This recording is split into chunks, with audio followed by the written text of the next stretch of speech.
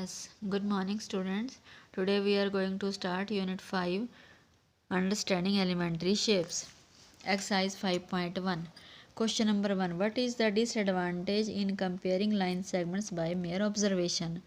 इसका मतलब ये है कि दो लाइन सेगमेंट्स को कंपेयर करने के लिए सिर्फ ऑब्जर्व करके तो उसके क्या डिसएडवांटेज होंगे।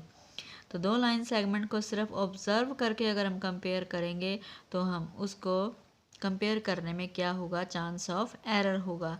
तो क्या होगा answer, there may be chance of error due to improper viewing. Now question number 3, draw any line segment C A B, take any point C lying in between A and B, measure the lengths of AB, AC and BC.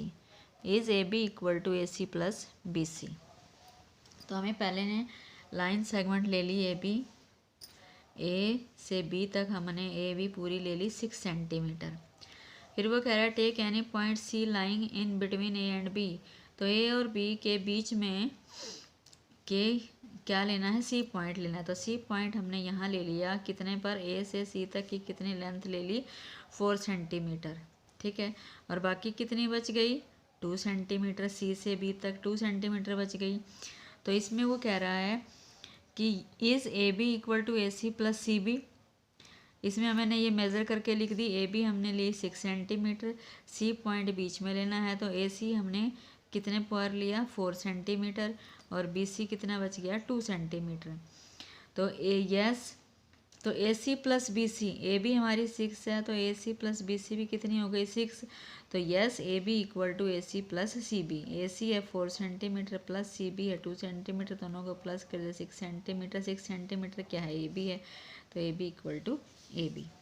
Now question number 4, if A, B, C are 3 points on a line such that AB equal to 5 centimeter, BC equal to 3 centimeter and AC equal to 8 centimeter, which one of them lies between the other two? यानी कि इन तीनों points में से कौन सा point बीच में आता है। तो कैसे पता चलेगा, तो सबसे लॉन्गेस्ट लेंथ हमारी AC है, तो AC जो है वो लॉन्गेस्ट लेंथ है, तो इसका मतलब जो B पॉइंट है वो क्या आएगा, बीच में आएगा AC के। तो AC is the longest line segment, thus B is the point between A and C। Now question number 5, verify whether D is the mid point of AG। अब हमें A से लेके G तक AG लेंथ दे रखी है, ठीक है। अब हमें ये बताना है कि जो D पॉइंट है ये मिड पॉइंट है AG का। तो इसका मतलब जो मिड पॉइंट होता है वो लाइन सेगमेंट को 2 इक्वल पार्ट में डिवाइड करता है। तो A से लेके D तक पहले लेंथ देखेंगे, A से D यानी कि AD कितनी है, 4 माइनस 1, तो कितनी हो गई, 3।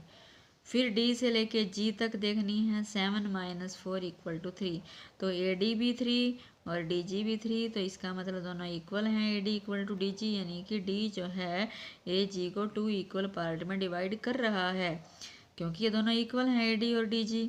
तो thus D is the mid point of AG। Now question number 6, if B is the midpoint of AC and C is the midpoint of BD, whose A, B, C, D lie on a straight line, say YAB equal to CD। तो B is the midpoint of AC है, यानी कि A, C के बीच में जो point है वो क्या है, मिड पॉइंट का मतलब 2 इक्वल पार्ट में डिवाइड करता है। तो A, C के बीच में मिड पॉइंट लेना है, यानी कि दोनों पार्ट इक्वल बने, यानी कि B जब बीच में आएगा तो AB इक्वल टू BC बन जाएगा, इक्वल हो जाएंगे क्योंकि मिड पॉइंट है। और C is mid point of BD है, यानी कि BD के बीच में सेंटर में लेना है C पॉइंट, तो BC इक्वल टू CD, ठीक है। अब इन दोनों से क्या होगा, BC इसमें भी है, BC इसमें भी है, तो AB इक्वल टू BC की जगह हम क्या रख सकते हैं, CD, तो AB इक्वल टू CD।